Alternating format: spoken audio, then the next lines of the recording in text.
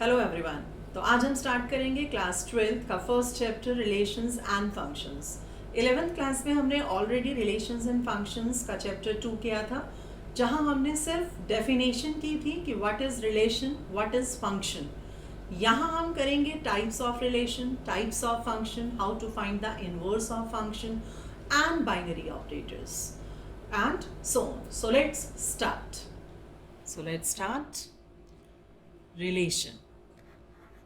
Relation हमने किया था, जिसमें हमने सबसे पहले रिलेशन में 11th क्लास में हमने क्या किया था, कार्टेशियन प्रोडक्ट। कार्टेशियन प्रोडक्ट हमारे पास क्या थी कि अगर हमारे पास कोई भी दो सेट्स गिवन है, let A and B be any two sets, then we have to denote the Cartesian product by A cross B, जिसमें हमने डेफिनेशन की थी A cross B की, that is the elements in ordered pair such that first element belongs to first set and second element belongs to second set. तो इसमें अगर हम A cross B निकालें तो पहला एलिमेंट कहाँ से आएगा, फर्स्ट सेट से, और दूसरा सेकंड सेट से। तो एलिमेंट जो बनते हैं वो क्या बनते हैं, ऑर्डर्ड पेयर में 1 3 1 4 2 3 2 4, that these are the elements. So 4 number of elements are in A cross B, that is in Cartesian product. और A B को हम क्या बोलते हैं, element, that is always in ordered pair. उसके बाद हमने किया था रिलेशन, और रिलेशन हमारे पास क्या था, जिसमें हम क्या कहते थे कि अगर ए और बी कोई भी दो नॉन एम्प्टी सेट्स हैं, then relation R is always the subset of A cross B. अगर आपको याद हो तो रिलेशन में कंडीशन गिवन होती थी, और वो कंडीशन जो सेटिस्फाई करेगा वो हमारे पास किस में आएगा, रिलेशन में, राइट। और रिलेशन को हम कैसे लिखते हैं, ऐसे A R B, that means relation of A from this A R B, right? That means A is related to B. That is the, we can denote it like this, A R B. अब अगर हम इसमें हम बात करें कि अगर हमारे पास नंबर ऑफ रिलेशंस निकालने हो, तो number of relations from A cross B अगर हमें निकालना है तो हमने इसका फॉर्मूला किया था, that is 2 raised to power p into q, where p क्या था हमारे पास, number of elements of first set, and q is number of elements of set b. तो number of elements of set a into number of elements of set b को multiply कर दें अगर हम, then 2 raised to power that term is called number of relation of a cross b, right. इसी में हमारे पास question कई बार पूछा जाता है कि number of relation of A cross ए, एक सेट का अपने ही सेट के साथ अगर हमें रिलेशन निकालना है तो ए क्रॉस ए, और अगर हमें नंबर ऑफ रिलेशंस निकालने हैं तो 2 raised to power p into p, that is p square, where p is the number of elements of set A. तो that is the number of relations of A cross A. 1 mark में बहुत बार आपसे ये question पूछा जाता है। Next जो अब आपके पास आता है, that is types of relation. अगर हम टाइप्स ऑफ रिलेशन की बात करें तो उसमें सबसे पहला जो हमारे पास आता है रिलेशन, वो आता है एम्प्टी रिलेशन।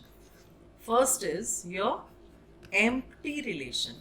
अब as the name says, void relation भी हम उसे कहते हैं, नल भी कहते हैं। तो empty relation, a relation R on a set A is called empty or void relation if no element of A is related to any element of A. Means अगर A का दूसरे सेट के A के साथ कोई relation नहीं है तो ये सेट कैसा होगा, एम्प्टी रिलेशन। मीन्स जैसे हम एग्जाम्पल लेकर क्लियर करते हैं कि मान लो A में आपके पास 1 2 3 तीन एलिमेंट्स हैं, अगर हम A क्रॉस A निकालें तो हमारे पास कितने वैल्यूज आएंगी, 1 1 1 2 1 3 2 1 2 2 2 3। Similarly 3 1, 3 2 and 3 3. अब हमें एक रिलेशन गिवन है and that relation is A B such that a minus B is 10. मान लो ये गिवन है आपके पास. अब a क्रॉस b तो कार्टेशियन प्रोडक्ट थी, r हमारे पास था रिलेशन. अब रिलेशन को हम सबसेट क्यों कहते हैं कि जो इस कंडीशन को सेटिस्फाई करेगा वो ही सिर्फ r में आएगा. अब अगर हम r में देखें तो कितने एलिमेंट्स आते हैं, a माइनस b, कि अगर हम दो एलिमेंट्स को माइनस करें तो आंसर क्या आना चाहिए, 10. इतने रिलेशंस में से कोई भी एक ऐसा रिलेशन नहीं है जो इस कंडीशन को सेटिस्फाई करे. तो इसका मतलब ये क्या हो गया, एम्प्टी रिलेशन, कि जो कंडीशन को सेटिस्फाई करने के बाद एक भी एलिमेंट नहीं आता, that is called the empty relation. Second जो हमारे पास आता है that is your universal relation. अब यूनिवर्सल रिलेशन का मतलब क्या है कि सब कुछ उसी में आएगा. जो भी कंडीशन है, हर कंडीशन से all the elements are included in this. That means if each element of A is related to every element of A, अगर A का एक element, that is each and every element of A is related to every element of A, then it is called universal relation. जैसे हम कहते हैं कि अगर मान लो आपके पास A में 1 और 2 दो एलिमेंट्स हैं, लेट अस अज्यूम, और रिलेशन R की अगर हम बात करें तो उसमें आपके पास कुछ ऐसा है कि अगर हम दो को सम को ऐड करें तो मान लो ग्रेटर देन 0 आ रहा है. तो इस रिलेशन में आप देखो तो आपके पास क्या आएगा, सबसे पहले हम A क्रॉस A निकालें. A क्रॉस A का मतलब हमारे पास 4 एलिमेंट्स आएंगे, 1 1, 1 2, 2 1 एंड 2 2. अब हम बात करते हैं रिलेशन की. रिलेशन में अगर हम देखें तो दो का सम ग्रेटर देन 0 आना चाहिए. 1 + 1 2 आएगा, 1 + 2 आएगा, 2 1 बिल्कुल, और 2 2 भी आएगा. इसका मतलब R में वही सारे रिलेशंस आए जो हमारे पास A क्रॉस A में थे. Therefore we have to say that R is a universal relation on set A. ये तो था सेकेंड टाइप. तीसरा जो हमारे पास आता है वो हमारे पास आता है आइडेंटिटी रिलेशन. आइडेंटिटी. अब आइडेंटिटी रिलेशन क्या होता है कि जिसमें सेम एलिमेंट्स हो. लाइक कि अगर हम कहें कि जिसमें आपके पास मान लो कि A एक सेट है जिसमें 1 2 3 एलिमेंट्स हैं, और अगर हम A क्रॉस A निकालें तो हमारे पास फिर से वही 9 एलिमेंट्स आएंगे. 1 1, 1 2, 1 3, 2 1, 2 2, 2 3, 3 1, 3 2, 3 3. ये एलिमेंट्स हमारे पास आएंगे. अब उसमें रिलेशन R आपके पास मान लो गिवन है A B such that A minus B is 0. अगर हम इस कंडीशन को देखें तो इसमें कौन कौन से एलिमेंट्स आएंगे जिसमें दो का सम 0 हो. अब दो का सम 0 कब होगा, जब दोनों सेम होंगे. इसका मतलब 1 1, 2 2 और 3 3 ये आ गया. And it is a subset of A cross A. तो R is an identity relation of set A. तो आइडेंटिटी कि हमारे पास सेम एलिमेंट्स हैं, that is your third relation. Next जो हमारे पास आता है वो अब हमारे पास आता है that is the fourth one, जिसे हम कहते हैं reflexive relation. Right, reflexive relation. अब reflexive relation is that relation in which we have to say that ordered pair में जो एलिमेंट्स होंगे that is always same, A such that A belongs to the given set. Condition आपके पास कुछ भी हो, but reflexive relation is that relation in which if A belongs to R given relation, then this is called reflexive relation. जैसे हम कहते हैं कि मान लो आपके पास एक एग्जाम्पल है, मान लो L1 और L2 दो लाइंस हैं और कंडीशन कहता है कि L1 पैरेलल है L2 के। अब क्या ये रिफ्लेक्सिव रिलेशन है? तो रिफ्लेक्सिव रिलेशन में हम क्या कहते हैं कि दोनों एलिमेंट सेम होने चाहिए। तो हमने सेम कर दिए, चाहे L1 L1 कर दो या L2 L2 कर दो, such that L1 is parallel to L1। एक लाइन अपनी ही लाइन के पैरेलल होती है, यस, बिकॉज एक लाइन अपनी लाइन के ऊपर कॉन्साइड करती है। तो यस, इट इज ट्रू। तो that is the reflexive relation. Similarly जो अगला हमारे पास आता है नेक्स्ट रिलेशन, वो आता है सिमेट्रिक रिलेशन। तो symmetric relation is that relation in which कि अगर हम ऑर्डर्ड पेयर के एलिमेंट्स को इंटरचेंज कर दें, कि अगर हमारे पास A B such that in which we have to say that A belongs to या A B belongs to real या कोई भी सेट आपके पास है, then R is बी ए। अगर हम इन दोनों को इंटरचेंज कर दें और इंटरचेंज करने के बाद भी वो कंडीशन को सेटिस्फाई करता है, then it is called symmetric relation, right? Means if AB belongs to R, then BA also belongs to R. Then only we can say that this is the symmetric relation. जैसे इसकी अगर हम बात करें, वही example लें कि जो हमने यहाँ लिया था, तो इसमें हम कह सकते हैं कि अगर रिलेशन R में L1 और L2 दो लाइंस थी जिसमें L1 पैरेलल टू L2 था, तो अगर हम इन दो एलिमेंट्स को इंटरचेंज कर दें, L1 L2 को क्या कर दें, L2 L1, then we can say that L2 is parallel to L1। means कि अगर L1 L2 के पैरेलल है तो क्या L2 भी L1 के पैरेलल होगा? yes, it is true। तो given relation is symmetric relation कि अगर हम ऑर्डर्ड पेयर के एलिमेंट्स को इंटरचेंज कर दें और उसके बाद भी वो कंडीशन को सेटिस्फाई करता है, then this is called symmetric relation. Last हमारे पास जो रिलेशन आता है, that is your transitive relation.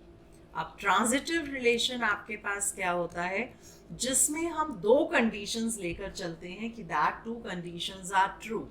Means if A B belongs to R and B C belongs to R, अगर हम ये लेकर चल रहे हैं कि A और B, एक ऑर्डर्ड पेयर का एलिमेंट जो है ए बी, वो R से बिलोंग करता है, and B C that is also belongs to R, then if A C belongs to R, then it is called transitive relation, right? वही example जो हमने ऊपर लिया था, जिसमें हम कहते हैं कि अगर L1 पैरेलल है L2 के and L2 is parallel to L3, ये सेम रहेगा हमेशा। A, B, B और C, तीसरी लाइन हमने ले ली, तीसरा एलिमेंट हमने ले लिया। देन क्या फर्स्ट और थर्ड में कंडीशन सेटिस्फाई होगी? L1 is parallel to L3, yes, देखो L1 और L2 पैरेलल हैं, L2 और L3 पैरेलल हैं, तो क्या L1 और L3 पैरेलल होगा? बिल्कुल होगा। तो yes, it is transitive relation. तो तीन तरह के रिलेशन हमारे पास, 6 टाइप्स ऑफ रिलेशंस हमने वैसे किए, but these 3 types of relations are most important relation, क्योंकि इसके बाद अब जो हमारे पास आता है वो आता है इक्वलेंस रिलेशन। तो इक्वलेंस रिलेशन क्या होता है? Is that relation which is reflexive, symmetric and transitive. वो रिलेशन जो रिफ्लेक्सिव भी होगा, सिमेट्रिक भी होगा और ट्रांजिटिव भी होगा। अगर कोई रिलेशन ये तीनों रिलेशन को सेटिस्फाई करेगा तो वो आपके पास कौन सा रिलेशन हो जाएगा? Equivalence relation. जैसे अभी हमने ऊपर कंडीशन ली थी L1 is parallel to L2 की, वो रिफ्लेक्सिव भी था, सिमेट्रिक भी था और ट्रांजिटिव भी था। तो अगर ये तीनों रिलेशन सेटिस्फाई होते हैं then it is called equivalence relation. Paper में आपसे क्वेश्चन यही पूछा जाता है, show that the given relation is an equivalence relation. तो हम उसमें रिफ्लेक्सिव, सिमेट्रिक और ट्रांजिटिव चेक करते हैं। रिफ्लेक्सिव जिसमें सेम एलिमेंट्स हों, सिमेट्रिक जिसमें हम इंटरचेंज करते हैं, और ट्रांजिटिव जिसमें ए बी और बी सी लेकर चलते हैं, और अगर ए सी में भी रिलेशन सेटिस्फाई करता है then this is called equivalence relation, right. उसके बाद हमारे पास एक लास्ट आता है इक्वलेंस क्लास। अब इक्वलेंस क्लास आपके पास अलग से तो नहीं आता, कई बार 1 मार्क में आ सकता है, बट अदरवाइज क्वेश्चन के साथ लास्ट में लिखा होता है इक्वलेंस क्लास, कि हमें इक्वलेंस क्लास बतानी है। तो इक्वलेंस क्लास क्या होती है?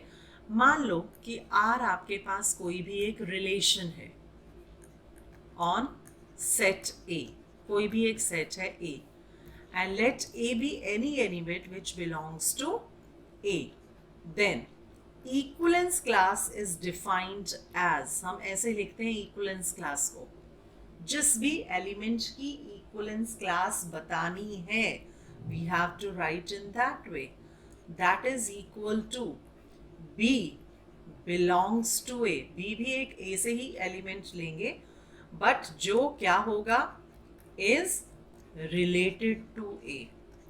B is related to A means we can write that B belongs to A, B comma A belongs to R। That is called the equivalence class। अब equivalence class के लिए अगर हम एग्जाम्पल देना चाहें तो हम उसे कैसे समझ सकते हैं? Like this, जैसे हमारे पास मान लो कि एक रिलेशन है जिसमें आपके पास एलिमेंट्स हैं 1 2 3। एक कोई भी एक सेट मान लो, that is a set A, और रिलेशन R ले लो जिसमें आपके पास है 1 1 2 2 3 3 2 1 एंड 1 2। मान लो ये है आपके पास। अब पहले तो हमें ये शो करना है कि क्या वो इक्वलेंस रिलेशन है, तो हम इसे चेक करेंगे कि ये इक्वलेंस रिलेशन है या नहीं है। उसके लिए रिफ्लेक्सिव, सिमेट्रिक और ट्रांजिटिव करेंगे। But now in this question I want to clear your equivalence class. तो इक्वलेंस क्लास के लिए अब हम क्या करते हैं, इसमें मान लो वो कहता है also check the equivalence class of all elements of A. अब एलिमेंट्स ऑफ ए कितने हैं? 1 2 3। तो अगर मैं 1 का इक्वलेंस क्लास लूँ तो इसका मतलब कोई एक ऐसा एलिमेंट जो 1 से रिलेटेड हो। अब 1 से रिलेटेड एलिमेंट क्या आ रहा है? 1, और 1 से रिलेटेड क्या आ रहा है? 2। इसका मतलब ये दो एलिमेंट्स हमारे पास 1 से रिलेटेड हैं। हमने क्या लेना था? B, दूसरा element in which belongs to A but B is related to A। तो B मीन्स सेकेंड एलिमेंट। अब second element belongs to A, second element belongs to this. इसका मतलब 1 से रिलेटेड जो एलिमेंट है वो कौन से हैं? 1 और 2। सेकेंड एलिमेंट हमारे पास क्या है? 2। अगर मुझे 2 की इक्वलेंस क्लास निकालनी है तो हम ये देखेंगे कि 2 के साथ रिलेटेड क्या है। तो अब यहाँ देखो, ये 2 के साथ रिलेटेड क्या है? 2 के साथ रिलेटेड क्या है? 1। तो इसका मतलब क्या आ रहा है? 2 and 1। तो equivalence class of 2 is 2 and 1। अगर हमें 3 का देखना है, थर्ड एलिमेंट का, तो 3 के साथ हमारे पास क्या आ रहा है? सिर्फ एक 3। So we have to write the equivalence class of 3 is 3। ज़रूरी नहीं कि वो सारे इक्वलेंस क्लास पूछे हर एलिमेंट के, किसी भी एक एलिमेंट का वो इक्वलेंस क्लास पूछ सकता है। तो उसके अकॉर्डिंग हम इक्वलेंस क्लास लिखते हैं, राइट। तो ये था हमारे पास टाइप्स ऑफ रिलेशन।